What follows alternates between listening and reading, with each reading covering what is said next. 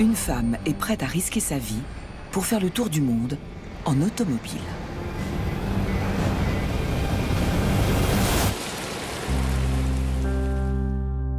Comme nous l'apprîmes, il y a des moments dans l'existence où l'on ne sent plus son cœur battre et où l'on retient son souffle en se demandant si on va y arriver. Elle est déterminée à poursuivre sa route, coûte que coûte. Renoncer, c'est exclu. Je tire mon chapeau à cette femme. Elle était petite, elle voyait à peine par-dessus le volant. Cette femme est en acier. Son nom, Claire Norstines. Son rêve, effectuer le premier tour du monde en automobile. Un périple de 47 000 km. Claire Nord va traverser des régions sans station essence, sans garage et sans route carrossable. Rien ne la destinait à cela. Riche héritière d'un industriel allemand, Claire Norstines va tout laisser pour partir à l'aventure. Son équipe se limite à 2 mécaniciens et un caméraman, un Suédois nommé Karl Axel Söderström, dont elle vient de faire la connaissance. Une rencontre qui va changer sa vie.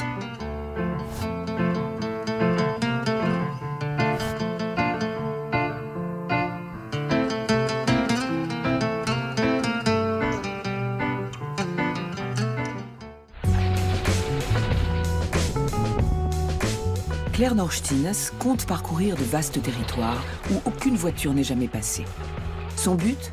Effectuer le premier tour du monde en automobile en moins d'une année.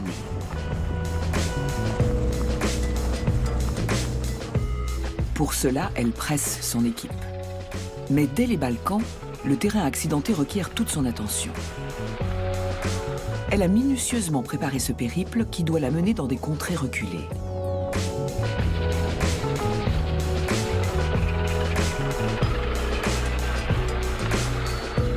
Un deuxième véhicule transporte l'essence et l'équipement. C'est Claire Nord qui dirige l'expédition, qui trace la route et fixe le calendrier. L'équipage n'avance jamais assez vite à son goût. Elle a tout juste 26 ans, mais c'est une femme volontaire et déterminée. En juin 1927, elle est partie depuis 3 semaines déjà. Elle approche d'Istanbul. La capitale turque est alors l'une des plus grandes villes du monde. C'est une cité à la croisée de l'Europe et de l'Asie. Un carrefour où se mêlent toutes sortes d'influences.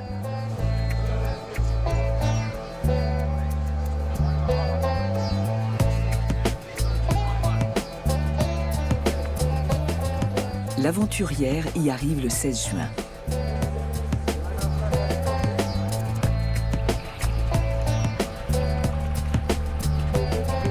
Les 2 véhicules franchissent le Bosphore tôt dans la matinée. Ils viennent de couvrir près de 2000 km. Un attroupement se forme rapidement autour d'eux. Claire Nord est la seule femme de l'Assemblée. Ce sera presque toujours le cas au cours des prochains mois. Durant tout le périple, elle portera des vêtements d'homme, pratiques et discrets.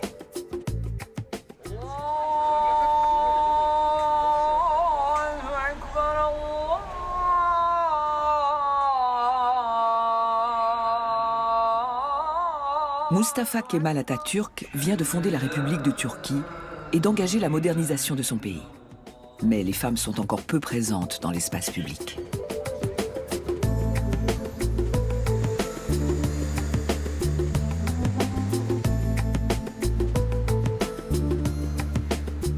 Dans le récit qu'elle publiera à son retour, elle note qu'on lui demande souvent qui est son époux. Or, Claire Nord n'est pas mariée. C'est elle le chef de l'expédition. Elle a recruté le caméraman et les 2 mécaniciens juste avant le départ.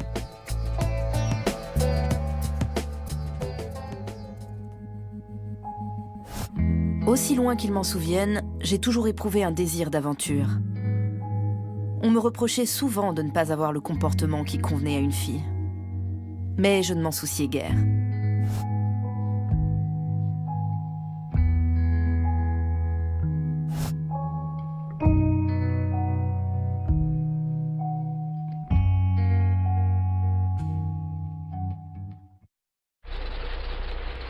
Ereignis des Tages im Bergdorf. Wir blieben über Nacht und als Lagerstätte räumten uns die Bewohner eine Schafkoppel ein. Unseren Gastgebern erschienen wir als Wundertiere.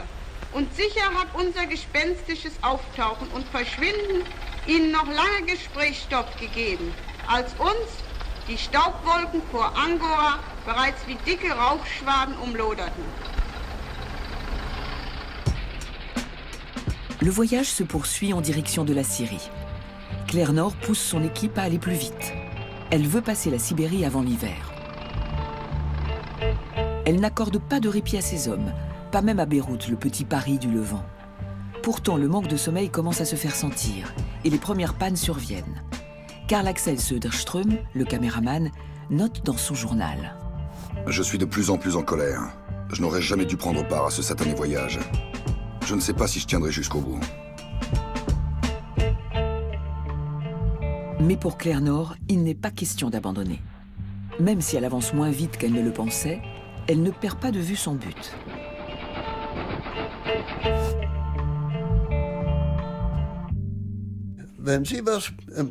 Quand elle avait quelque chose en tête, elle s'attelait à la tâche avec une volonté de faire. Le chemin qui menait au but était tout tracé. Alles, was ich von ihr erlebt habe, ist nach dem Motto gewesen. Je l'ai toujours entendu dire ce qu'elle pensait. Que ça plaise ou non, ce n'était pas son problème. C'est avec cette attitude qu'elle a entrepris ce voyage, je crois. Elle ne pliait pas et n'a pas beaucoup changé au cours de sa vie. C'était l'un de ses principaux traits de caractère. Elle ne cédait pas. Claire Nord est issue de l'une des familles les plus fortunées d'Europe.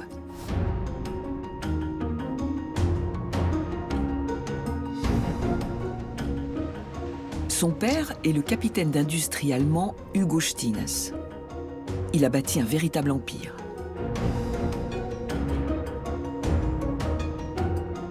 Il possède la plus grande compagnie de transport fluvial du monde, mais aussi des centrales électriques, des fonderies et des aciéries. Le nom de Stines est connu dans le monde entier. Au fait de sa carrière, dans les années 1920, le père de Claire Nord emploie 600 000 personnes.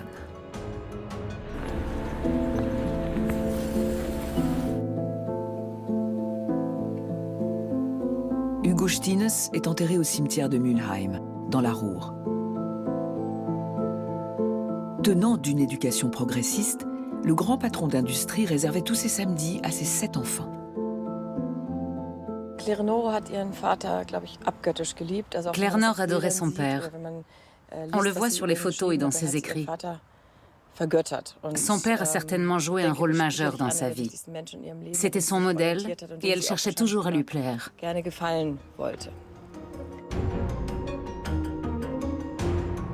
Hugo Stines apprécie tellement la vivacité d'esprit et la force de caractère de sa fille aînée qu'il lui confie un poste dans son puissant empire industriel.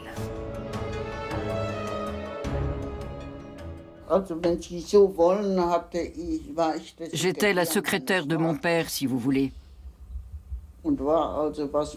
J'étais une femme active, comme on dit aujourd'hui.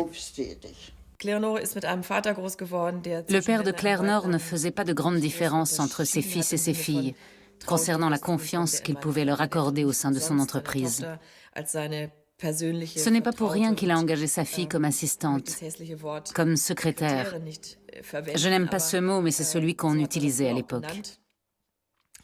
Aujourd'hui, on reconnaît qu'une assistante est bien plus qu'une simple secrétaire. C'est une personne de confiance, à qui le patron peut parler de tout, et qui connaît sans doute mieux l'entreprise que bien des chefs de service. Les Stines sont originaires de la Ruhr. Au début du XXe siècle, ils amassent une fortune.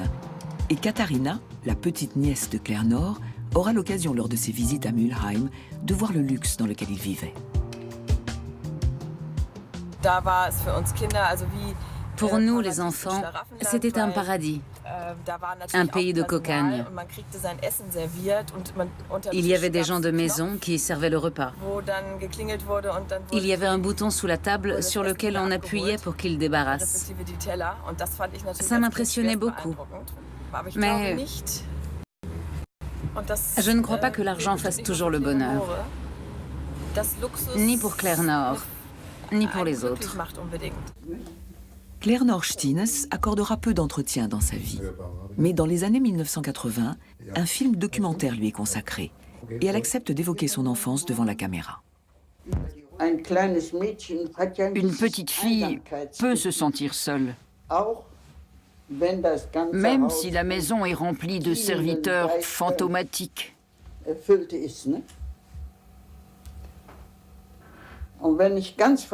Quand j'étais vraiment malheureuse, Friedrich, le cocher, me faisait grimper sur Lise dans l'écurie.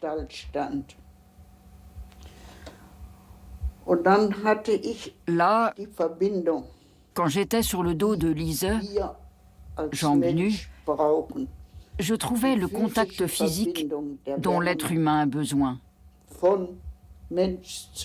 La chaleur qui passe d'un être à l'autre, qu'il soit homme ou animal. Arrivée à l'âge adulte, Claire Nord doit se plier aux exigences de sa famille. Mais ce qu'elle aime le plus, c'est la vie au grand air.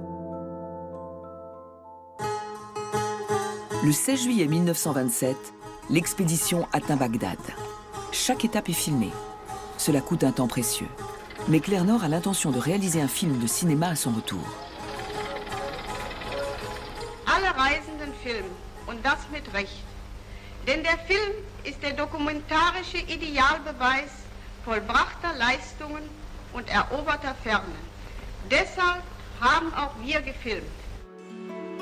En engageant Karl-Axel Söderström, Claire Nord s'est adjoint les services d'un professionnel du cinéma. Le caméraman et sa patronne se vouvoient. Pourquoi ce Suédois?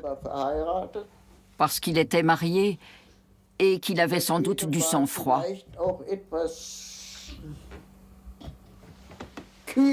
Il faut bien voir que j'étais sur le point de partir en voyage avec 3 hommes que je ne connaissais pas. Ich habe mich der Expedition als Kameramann angeschlossen. Habe gehofft, hübsch Auto fahren und meine Kamera drehen zu können. Aber es ist ganz anderes gekommen. Le film a été un argument de poids auprès des mécènes que Claire Nord a acquis à sa cause. Mais le caméraman ne se contente pas de filmer. Il prête aussi main forte aux mécaniciens et à la chef de l'expédition.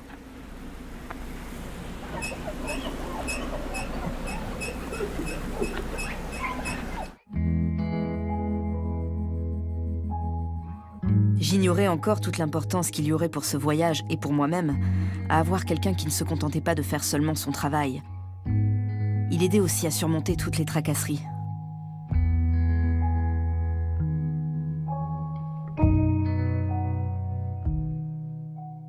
Das war ein Mann. Ein Mann, der für sein Wort C'était un homme de parole. und Bekannte von mir, die haben also gesagt, Et on m'a dit qu'il avait un charisme comparable à celui d'Harry Belafonte. Ausstrahlung mit Harry Belafonte vergleichen. À la fin de l'été 1927, l'équipe est épuisée par les pannes, le manque de sommeil et la chaleur. Elle a déjà plusieurs semaines de retard sur le calendrier. Mais Claire Nord poursuit la folle équipée.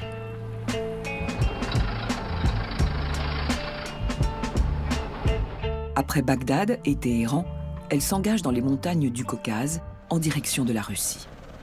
Les routes sont de moins en moins praticables et les véhicules tombent régulièrement en panne, surtout la camionnette qui transporte l'équipement. Karl-Axel vit un calvaire. Je suis hors de moi.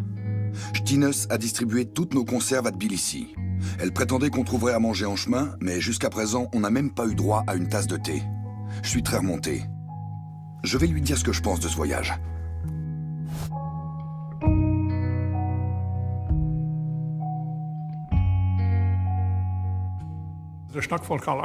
Karl Axel disait « Cette femme est en acier ». À un moment, lui-même était au bout de ses forces. Mais Claire Nord, elle, voulait continuer. Claire Nord n'accorde aucun répit à ses hommes, et encore moins à elle-même. Elle craint l'arrivée du froid.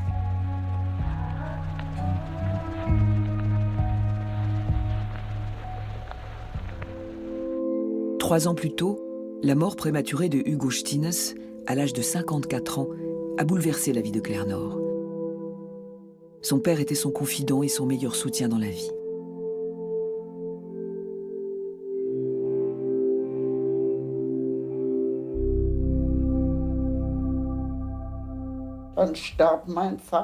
Mon père est mort et ça a ruiné mon avenir.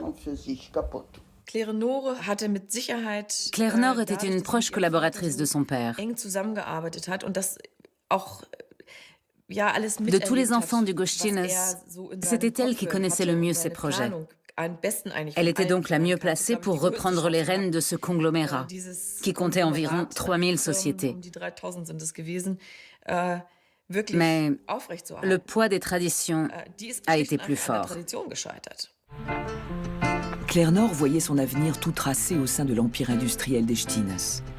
Mais sa famille en décide autrement. Sa mère lui interdit de poursuivre son travail et lui conseille de se marier. Elle confie la direction du groupe à ses fils. Chassée de l'entreprise familiale, Claire Nore se cherche une nouvelle occupation.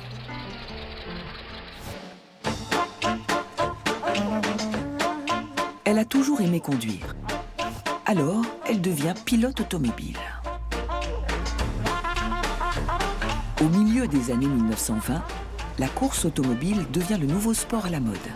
Les courses attirent des milliers de spectateurs. Le vainqueur est traité en héros national. C'est généralement un homme.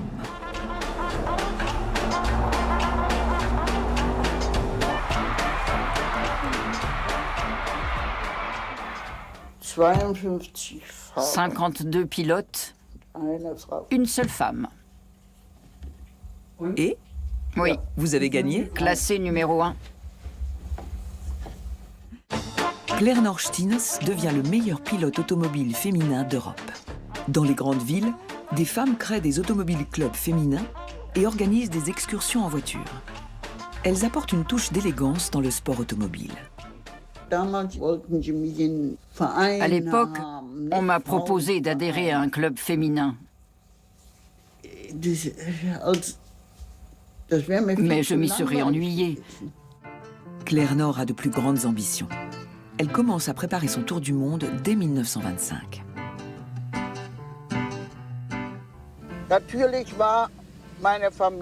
Naturellement, ma famille était opposée aux courses et aux rallyes. Et plus encore, à une équipée aussi aventureuse qu'un tour du monde en automobile.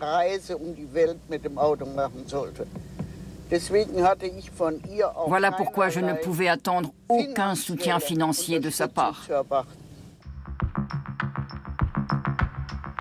Le 28 août 1927, Claire Nore et son équipe atteignent Moscou. Ils viennent de parcourir 10 000 km. Pour fêter cette première grande étape, la jeune femme accorde un bref repos aux hommes et aux véhicules. Après les fatigues du voyage, le confort de la ville est le bienvenu. Mais l'étape suivante s'annonce difficile. On leur déconseille de braver l'hiver sibérien. Je reconnais que ces mises en garde me semblaient légitimes, mais je préférais passer l'hiver en Sibérie plutôt que renoncer et faire demi-tour.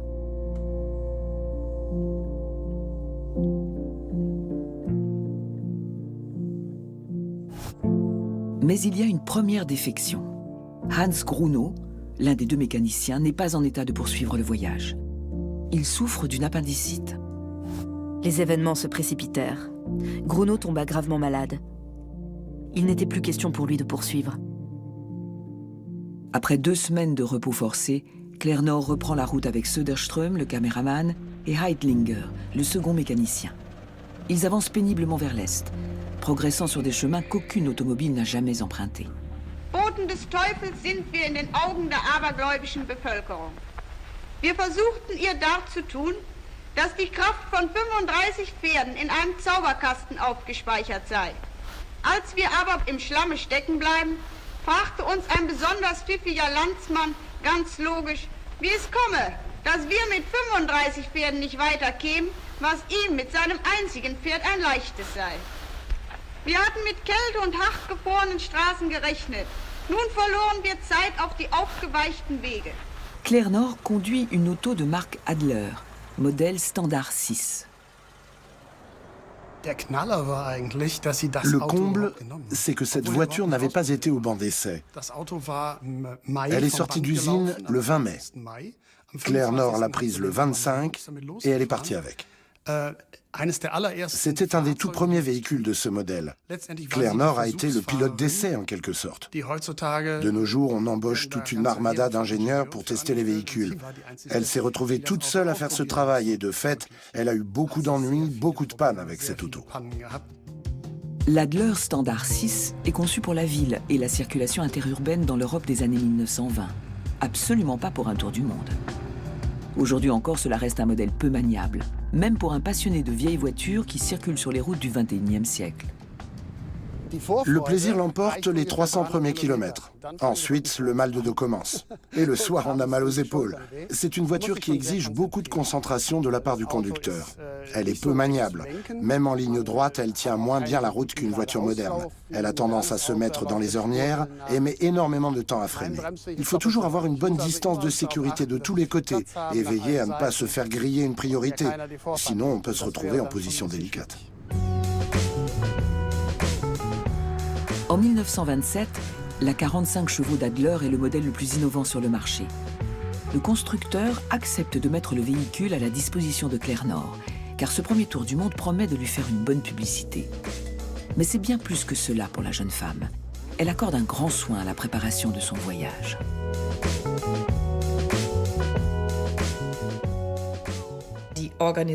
Les préparatifs ont duré 2 ans. Elle demande des laissez-passer à quantité de pays dont elle ne parle pas la langue et où on ne parle sûrement pas anglais. Il y a aussi la logistique. Elle doit trouver de l'essence, des pièces de rechange et une équipe. Cela montre une certaine capacité d'organisation. Il y a une tête pensante derrière ce voyage. Claire Nord utilise son nom pour trouver des mécènes. Elle parvient à réunir 100 000 Reichsmark et obtient, en plus des 2 véhicules, un passeport diplomatique et des lettres de recommandation. Mais au fin fond de la Russie, ces relations ne lui servent à rien. Au début de l'hiver, elle dort dans des écuries non chauffées ou dans des cabanes qu'elle partage avec son mécanicien, son caméraman et son chien, Lord, sans jamais se plaindre. Impossible de respecter le calendrier vu le piètre état des routes. L'expédition continue d'accumuler les semaines de retard. Or, le temps presse. En octobre, le froid est déjà là. Des passionnés de rétromobile analysent les difficultés du parcours. Ils sont arrivés en Russie. Il faisait très mauvais. Les routes étaient boueuses. La boue est entrée dans le radiateur et l'a complètement bouché. Le moteur s'est retrouvé en surchauffe, alors qu'il faisait à peine quelques degrés au-dessus de zéro. Ils étaient bloqués. Ils ont essayé de nettoyer le radiateur avec une épingle à cheveux de Claire Nord afin qu'il refroidisse. Ils avaient besoin de liquide de refroidissement et ils ont utilisé de la vodka à plusieurs reprises. Pour prévenir le gel, ils utilisaient ce qu'ils trouvaient. Il faisait moins 40 degrés en Sibérie. C'est fou ce qu'ils ont fait. L'équipe se retrouve immobilisée en Sibérie, en plein hiver. Claire Nord avait pourtant tout fait pour éviter cela. Début novembre, le 2e mécanicien renonce à son tour. Nous le regardâmes partir avec amertume. Il savait qu'il nous laissait en mauvaise posture. Nous ne connaissions de la mécanique de la voiture que ce que la pratique nous avait appris au cours de ce voyage.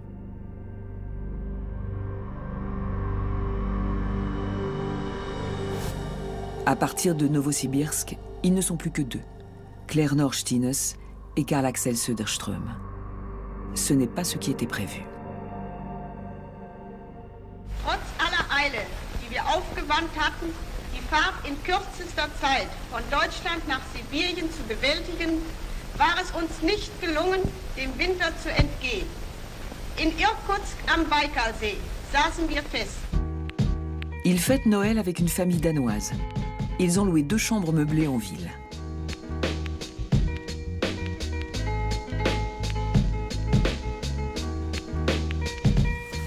Ils sont prêts à tout pour avancer, même au risque de leur vie. Ils décident de traverser le lac Baïkal gelé. Cela représente une traversée de plusieurs dizaines de kilomètres. Mais le lac n'est pas encore pris dans les glaces. Pour s'occuper, durant leurs vacances forcées, ils filment la vie quotidienne des Bouriates, une ethnie de Sibérie. Der Schütze macht von seinem Vorrecht an der Beute in einer uns etwas eigenartig anmutenden Weise Gebrauch. Die Eingeweide werden in rohem Zustande verzehrt. Der Rehbock ist fast doppelt so groß wie einer in unseren Gegenden. En janvier 1928, les deux aventuriers reçoivent des télégrammes de leurs proches les implorant de rentrer. Mais Claire Nord tient bon. Elle est déterminée à effectuer la première traversée du lac Baïkal gelé en automobile. Elle se lance sur la glace le 7 février. Die Bretter, die auf dem Wagen liegen, sind zur Sicherheit. Les planches sur le toit, on les a emportées par précaution. Si la glace se rompait, on pensait pouvoir s'arrêter, poser les planches sur la glace et rouler dessus pour franchir la fissure. Mais parfois, les choses ne se passent pas comme prévu. La glace s'est fissurée pile sur notre passage. Heureusement, la voiture a pu continuer sur sa lancée et a atterri sur l'autre bord. Si on avait roulé moins vite, ça aurait été la fin du voyage.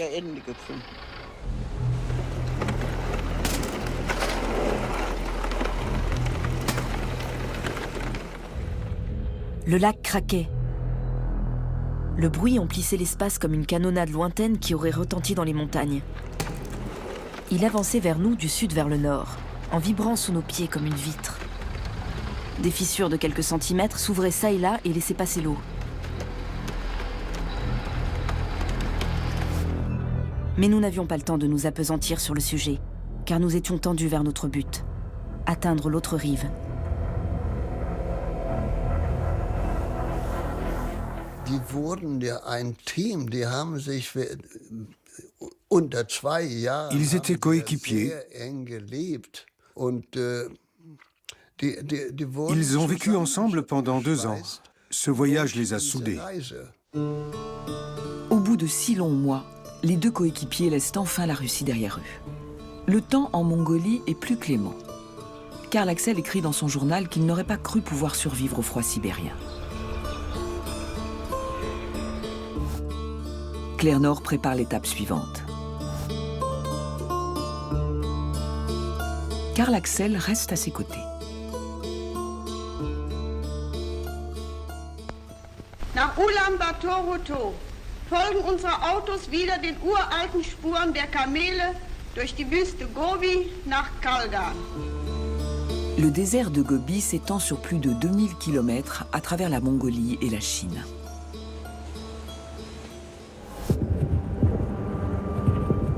Au début du XXe siècle, c'est une contrée dangereuse, où sévissent des bandes de pillards.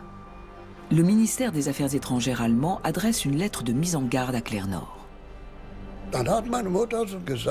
Ma mère lui a dit, « Monsieur Söderström, je ne peux pas garantir votre sécurité. Je vous libère de votre engagement. Je vous paie l'avion pour rentrer et vous toucherez votre rémunération. » Il a répondu, « Et vous, mademoiselle Stines, qu'allez-vous faire? Je poursuis en direction de l'Est. Je ne ferai pas demi-tour. Je roule toujours vers l'Est et je rentrerai par l'Ouest. » Alors il a dit, « Dans ce cas, je viens avec vous. » Spätestens dann, als die Mechaniker von Bord gegangen sind und er gesagt hat, er bleibt. Quand les mécaniciens sont partis et qu'il est resté, il a dû se dire « Moi aussi, je veux y arriver, on va réussir ensemble. » Quand vous êtes deux à partager le même but, vous devenez proches automatiquement. Claire Nord et Karl Axel n'ont plus une relation de patronne à salarié. Ce sont maintenant des coéquipiers. On se tutoie, à l'initiative de la jeune femme. Ensemble, ils s'engagent dans le désert que les Chinois surnomment la mer infinie. Ils seront poursuivis par des bandits pendant des heures.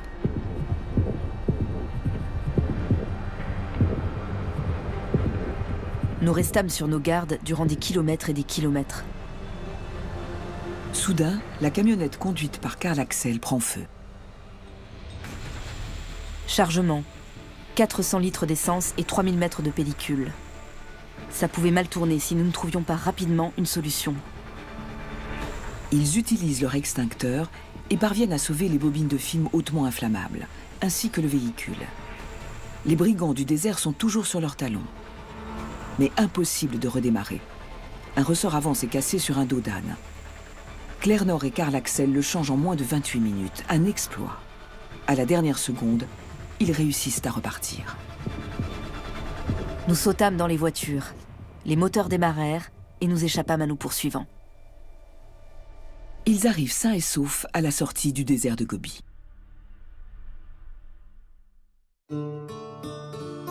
Ils poursuivent leur voyage vers l'Est. Prochaine étape, Pékin. L'Empire du Milieu a une signification bien particulière pour nous, écrira Claire Nord. Il est au milieu de notre parcours. Ils prennent le temps de visiter les alentours. Un certain Müller, correspondant du Berliner Tageblatt en Chine, leur sert de guide. Claire Nord ouvre le chemin à dos de cheval, le journaliste suit en palanquin et Karl Axel filme, jusqu'à l'heure du déjeuner. Unser chinesischer Koch hat uns ein köstliches Mahl bereitet. Wir haben uns bereits akklimatisiert und essen mit Stäbchen. Und es schmeckt nach dem Ritt in den Bergen ganz vortrefflich. Es ist ein gemischtes europäisch-chinesisches Essen mit reichlich viel Salaten. Partis à 4, ils ne sont plus que 2 depuis un moment déjà. Leur intimité grandit. Mais Karl Axel est marié. Ce n'est pas encore un flirt, ni une relation sexuelle. Juste une intimité. Mais sans cette intimité, ils n'auraient jamais pu surmonter ces épreuves ensemble. Il y a sûrement eu un moment où elle s'est autorisée à dire « J'accepte ton aide et je suis contente de t'avoir comme compagnon de route ». Fin avril 1928, les 2 aventuriers atteignent le Japon avec l'Adler Standard 6 et la camionnette. Au cours de l'année écoulée, ils ont roulé 20 000 km et Karl Axel a tourné d'innombrables films. Des documents d'époque exceptionnels.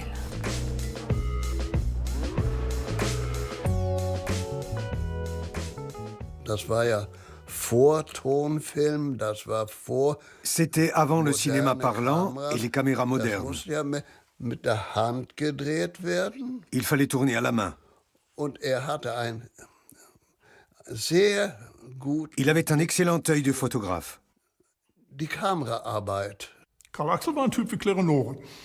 Karl Axel était comme Claire Nord, volontaire, sûr de lui et de sa force. Ils allaient bien ensemble. Ils gravissent ensemble le mont Fuji, la montagne sacrée du pays du soleil levant. Derniers instants d'insouciance avant l'épreuve qui les attend. En Amérique latine, ils veulent accomplir un nouvel exploit. Être les premiers à franchir les Andes en automobile.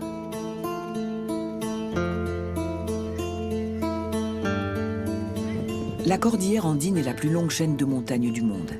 Elle compte plusieurs sommets de plus de 6000 mètres. La route panaméricaine n'existe pas encore. Entre la Bolivie, le Chili et l'Argentine, la progression est laborieuse. À plusieurs reprises, ils ont besoin d'une trentaine d'hommes pour faire avancer les véhicules. La descente vers la mer se révèle encore plus dangereuse que l'ascension, avec une déclivité de près de 50 degrés. Ils tirent au sort pour savoir lequel des 2 conduira pour cette course contre la mort. Karl Axel se retrouve au volant et Claire Nord derrière la caméra.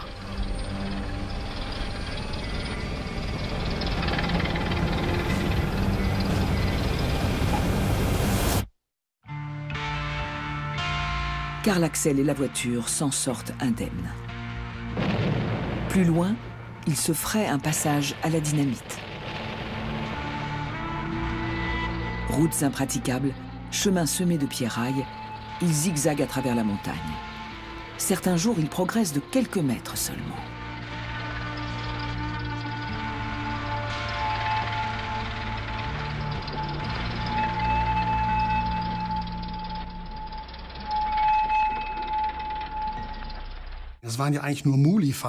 Il n'y avait que des sentiers de mules.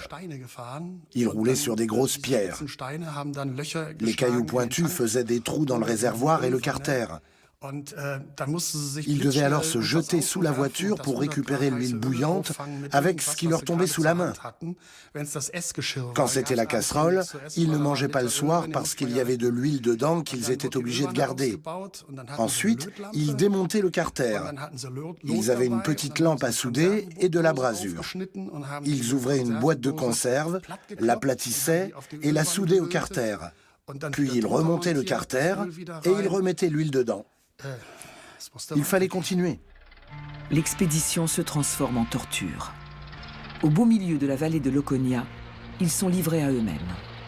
La ville la plus proche est à 70 km.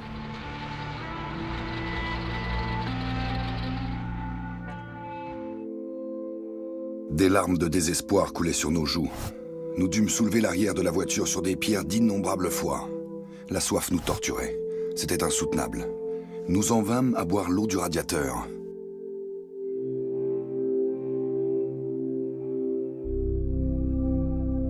Lorsque l'Adler ne peut plus gravir les montagnes escarpées des Andes, il continue à pied. Nous pleurions comme des enfants. Nos chaussures s'étaient déchirées sur les pierres. Les pieds nous brûlaient à chaque pas. Par endroits, nous avancions à quatre pattes. Nous salivions, croyant voir de l'eau partout.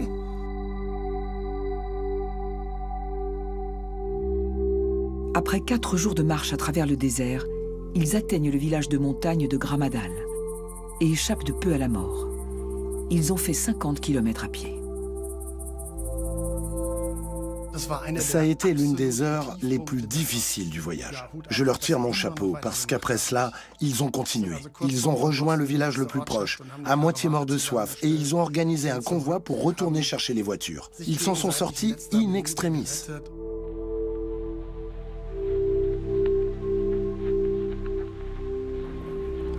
Ils remorquent la voiture avec l'aide des villageois. L'Adler ne franchit pas les Andes toute seule. Il faut la pousser et la tirer.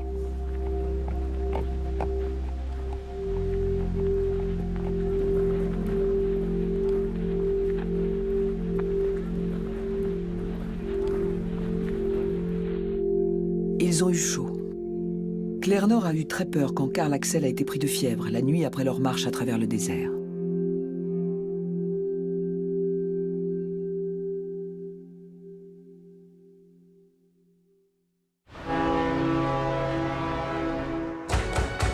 Ils ont réussi à atteindre la mer. À Valparaiso, au Chili, ils embarquent pour les États-Unis. Ils ont risqué leur vie d'innombrables fois, l'un pour l'autre, l'un avec l'autre. Leur prochaine étape est Los Angeles. Jetzt wissen wir, dass wir das Ziel der Fahrt erreichen und die Heimat wiedersehen werden. Après des mois de privation, ils apprécient le confort du paquebot. Claire-Nord se jette à l'eau. Partout où allait Claire-Nord, elle mettait de la vie. Quand on arrivait chez elle, elle disait « Bonjour, entre et assieds-toi. Tu veux boire quelque chose? Un whisky ?» C'était toujours sa première proposition. Si on n'en voulait pas, elle proposait un café. « Tu veux manger ?» Puis la conversation s'engageait. Claire-Nord monopolisait 70% de la parole. Elle remplissait l'espace. Après une escale à Panama, les deux aventuriers débarquent aux États-Unis le 9 mars 1929. Les routes sont asphaltées et les paysages grandioses. Claire-Nord et Karl Axel n'ont plus de raison d'aller vite. Ils sillonnent les États-Unis durant 1 mois, tranquillement, sans craindre de manquer de ravitaillement. L'Allemagne peut bien attendre. Ils ne sont pas pressés de retrouver leur ancienne vie.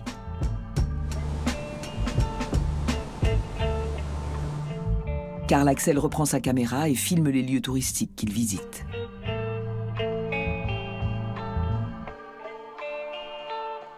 À Détroit, capitale de l'industrie automobile, Henry Ford leur fait visiter son usine à la pointe de la modernité. Pour Claire-Nord, le Fordisme est la voie de l'avenir. Terre de tous les possibles, l'Amérique célèbre les visionnaires et récompense les audacieux. Claire-Nord et Karl Axel ont accompli le tour du monde. Ils sont reçus en héros. Aux États-Unis, à partir de Chicago, on a eu une escorte de policiers à moto. Ils se relayaient de ville en ville. Ils sont même reçus à déjeuner à la Maison-Blanche par le président américain Hoover. Nous ignorons ce que l'avenir nous réserve. Mais une chose est sûre, l'accueil que nous avons reçu d'ouest en est aux États-Unis nous a consolés de toutes nos peines et nos privations. Pour tant de bonté et de reconnaissance, on serait prêt à recommencer. Ce ne sera pas utile. Les deux héros enchaînent les séances photos et les conférences de presse. Ils narrent leurs aventures autour du monde, leurs peurs et les dangers qu'ils ont affrontés. Ils se prêtent à une mise en scène pour la télévision américaine.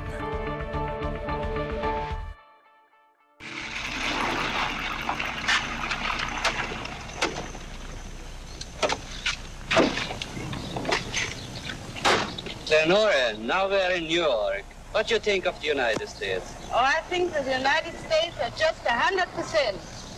And we are very happy to be in New York. Come along.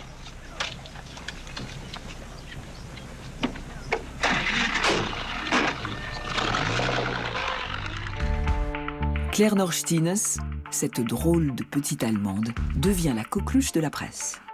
Mais l'histoire ne retiendra pas son exploit. C'est parce que je suis une femme. Pas vrai? Dans le monde actuel, les hommes craignent encore de nous laisser nous élever. Sur le plan intellectuel, en termes d'égalité. Après un périple de 2 ans, Claire Nord et Karl Axel rentrent en Europe. La jeune femme doit reprendre sa vie de riche héritière. Le caméraman doit retrouver son épouse. J'ai proposé à la femme de Karl Axel de nous accompagner pour la dernière étape du voyage, de la France à l'Allemagne. Claire Norstines et Martha Söderström, la femme de Karl Axel, se retrouvent côte à côte. Ils sont partis à 4, ont traversé les pires épreuves à 2 et reviennent à 3. Ils ont parcouru une distance de 47 000 km, plus longue que l'équateur. Ils approchent de Berlin. Les deux aventuriers sont désormais célèbres dans le monde entier. La capitale allemande va les acclamer. À leur arrivée, le 24 juin 1929, elle les accueille sur le circuit automobile de Lavus.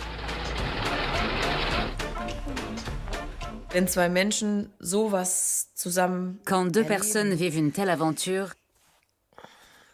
qu'est-ce qui pourrait encore les séparer? Sérieusement, quand on a risqué sa vie plusieurs fois avec quelqu'un, on s'est mis à nu devant lui. Alors s'il y a de l'affection, la relation ne peut plus mal tourner. Après notre tour du monde, nous avions encore à monter notre film à Berlin. Il fallait créer une bande-son, parce que, à notre départ, le cinéma était muet, mais à notre retour, il était devenu parlant. Leurs aventures communes ne sont pas terminées. Ils vont passer 1 an et demi à finaliser leur film.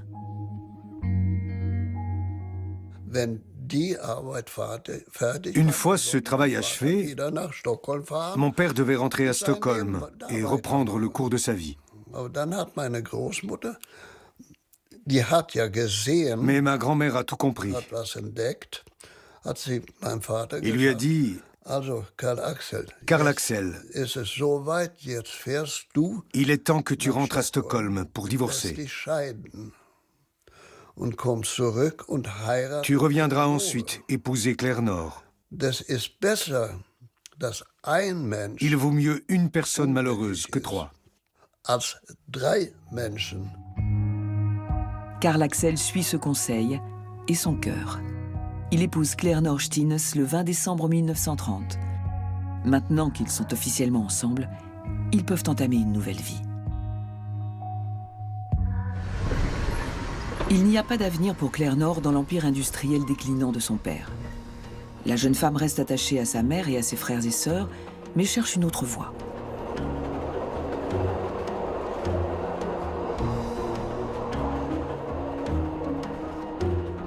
Finalement, elle décide de repartir de zéro et fonde une exploitation agricole avec Karl Axel à Åsa, dans le sud de la Suède. Ils pêchaient des brochets dans les temps pour avoir quelque chose à se mettre sous la dent. Puis la ferme s'est peu à peu développée.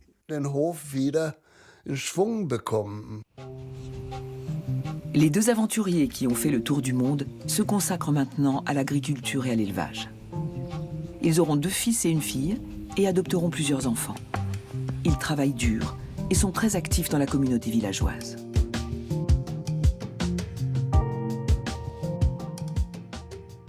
Claire Nord n'a jamais fait de distinction entre une vie bourgeoise, une vie d'héritière et une vie à la campagne.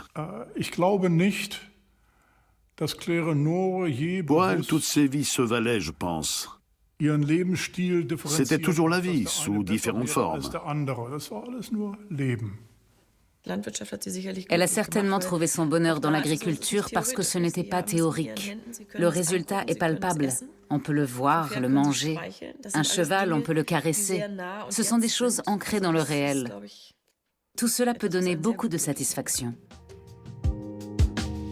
Claire Nord regarde rarement en arrière et ne raconte guère ses aventures à ses enfants.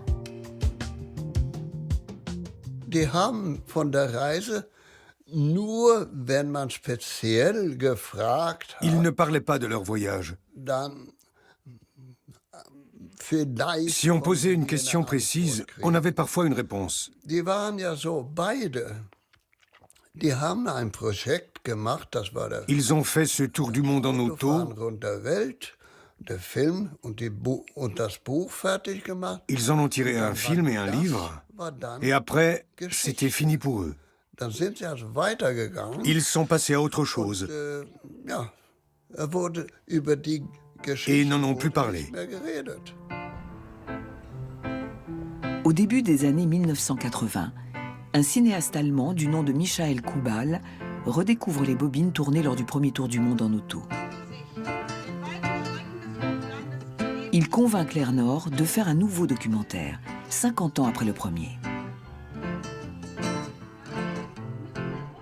Claire Nord war entschlossen, sagte, wir wollen das so machen. Claire Nord était très sûre d'elle. Elle me disait, on va faire ceci ou cela. Elle disait toujours, nous allons faire telle chose. Et cela voulait dire, j'ai envie de faire telle chose.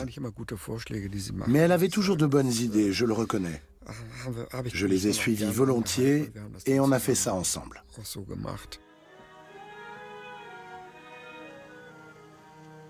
En 1986, les images originales redécouvertes par Kubal sont projetées devant une salle comble à Hambourg, en présence de Claire Nord.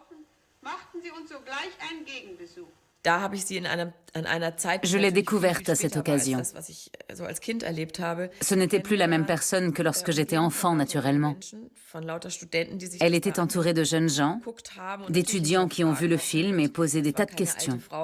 Ce n'était pas une vieille femme qui parlait de sa glorieuse jeunesse. Elle était dans le présent et communiquait avec le public. Quelqu'un dans la salle a dit « Ça devait être éprouvant ». Non, pas vraiment. Mais les mécaniciens ont jeté l'éponge après Moscou. Oui, mais c'était des hommes.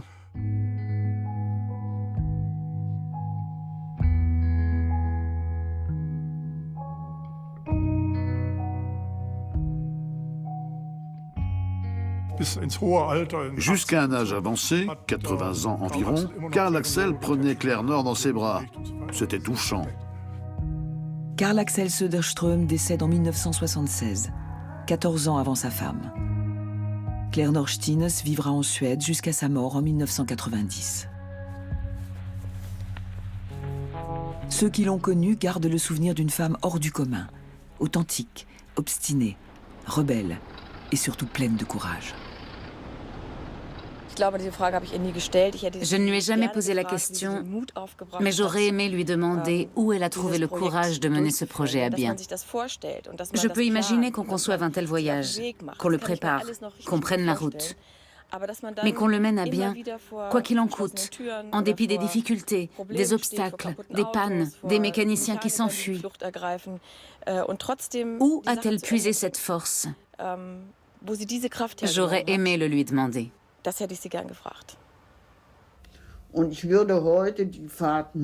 Aujourd'hui, je referais ce voyage. Si ça pouvait rapprocher les Russes, les Européens et les Américains. Malgré mon âge, je le referais. Même si je devais mourir en route. Claire Norstines a couvert 47 000 km en automobile autour du monde. Un tel exploit demandait un courage incroyable. Au péril de sa vie, elle a affronté les éléments et bousculé les conventions. Alors que d'autres ont démissionné, elle a tenu bon, envers et contre tout. En chemin, elle a rencontré son compagnon de route et elle a trouvé sa voie.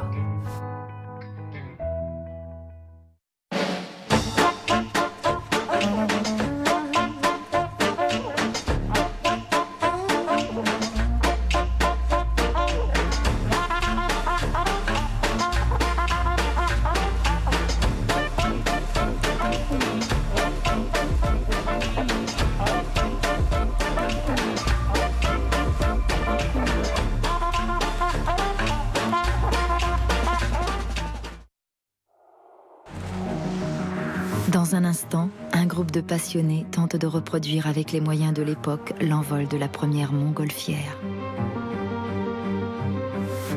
Allez. Bon, bah, si vous voulez que je le mette là, je vais le mettre là, oui. Là. On va dans le coin, oui, là. Allez.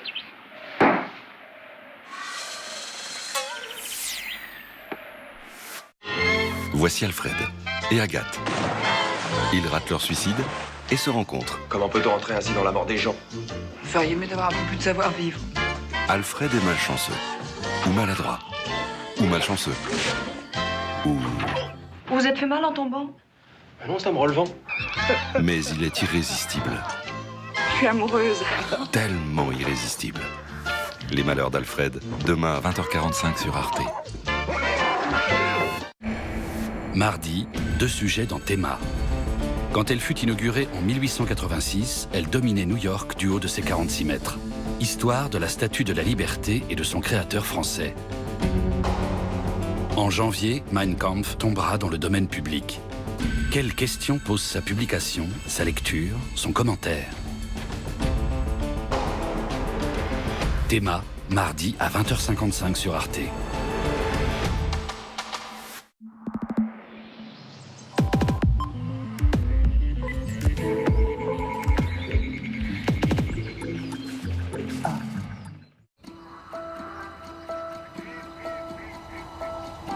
Il y a plus de 2 siècles, en France, 2 frères, Étienne et Joseph Montgolfier, inventent une machine volante qui emporte pour la première fois dans l'histoire des hommes dans le ciel. Le plus vieux rêve de l'homme se réalise.